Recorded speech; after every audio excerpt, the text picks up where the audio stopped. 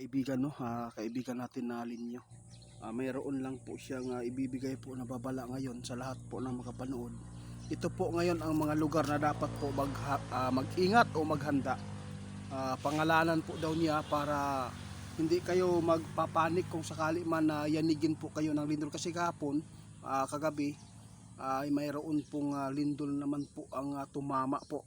Kaya sa lahat ng makapanood, nasa inyo lang kung ito man po ay kukunin po ninyo itong babala ng ating kaibigan at saka yung advice para malaman po ninyo kung ano po talaga ang mga lugar na kailangan na mag-ingat.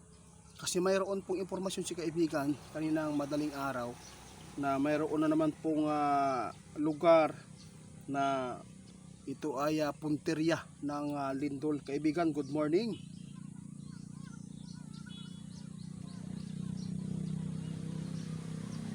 Oh, salamat po kaibigan ha. Maraming salamat. Sabi ng ating kaibigan, sa lahat po ng makapanood, doon daw sa Butuan Dapit, mag-ingat. Dahil mayroon pang masasagupa ninyo na lindol. Kaya ito po ang lugar na nakita ng ating kaibigan. Kaibigan, at asan pa?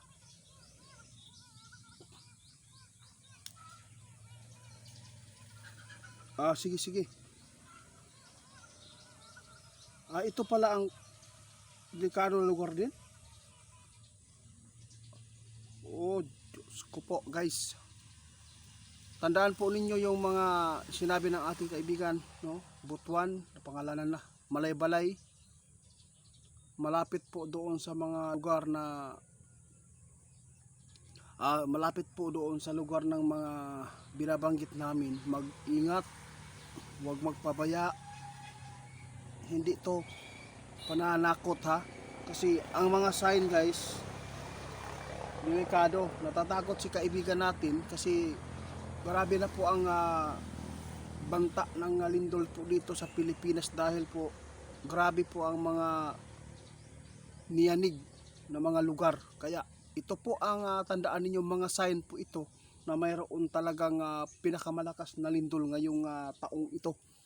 Kaya sana po ay makuha ninyo itong impormasyon at maipasa po ninyo sa mga kamag-anak. Paki-share po guys. Huwag po kayo magtagal doon sa building na malapit sa dagat ha? At saka sa mall. Ayaw mo og dugay diha kaibigan.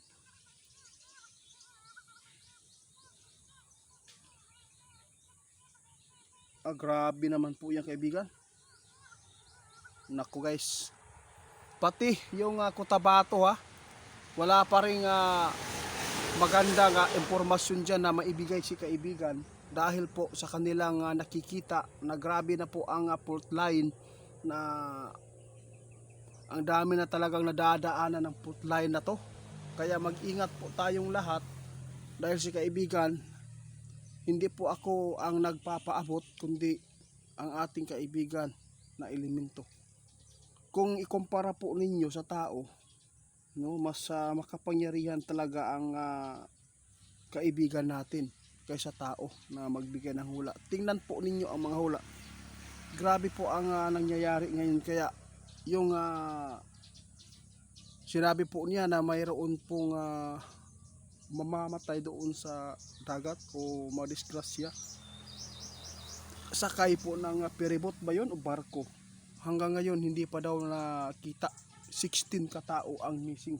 Kaya nasa inyo na lang kung ayaw po ninyong maniniwala, wala po kami magagawa. Sige kaibigan, kung ano man po ang mga ibabala natin sa mga tao, ipaabot na lang kasi nakakatakot po itong malakas na lindol guys ang binabantayan ng ating kaibigan. Kaya lagi po siyang nagbabantay po ngayon sa panahon kasi napakarami po ang niyanig ng lindol ngayong buwan na to.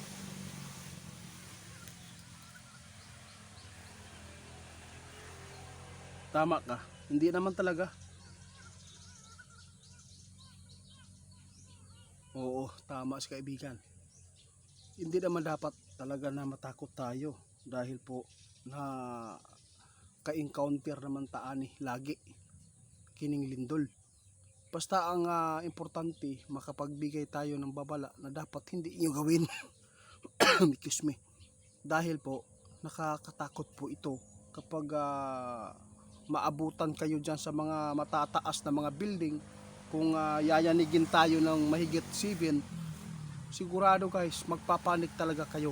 Dahil po sa dami na pong namatay, natabunan, no, sa lindol. Kaya si kaibigan lagi pong nagbibigay ng paalala para hindi po kayo magpapanik. Kung wala na talaga kayong mapupuntahan, naipit na kayo dyan sa area dahil po sa daming tao nagtakbuhan sa palabas, maghanap na lang kayo ng masisilungan na safety po kayo ha. Yun po ang aming ipinapaabot sa umagang ito. Mag-ingat po tayong lahat. Kahit nababasa ko man po yung mga comment ninyo, hindi ko kayo na shout out, pero huwag kayong mag-alala guys, kitang kita po kayo ng ating kaibigan, kaya lagi kami nagpaalala. Wala na po kaming sasabihin pa na mga lugar.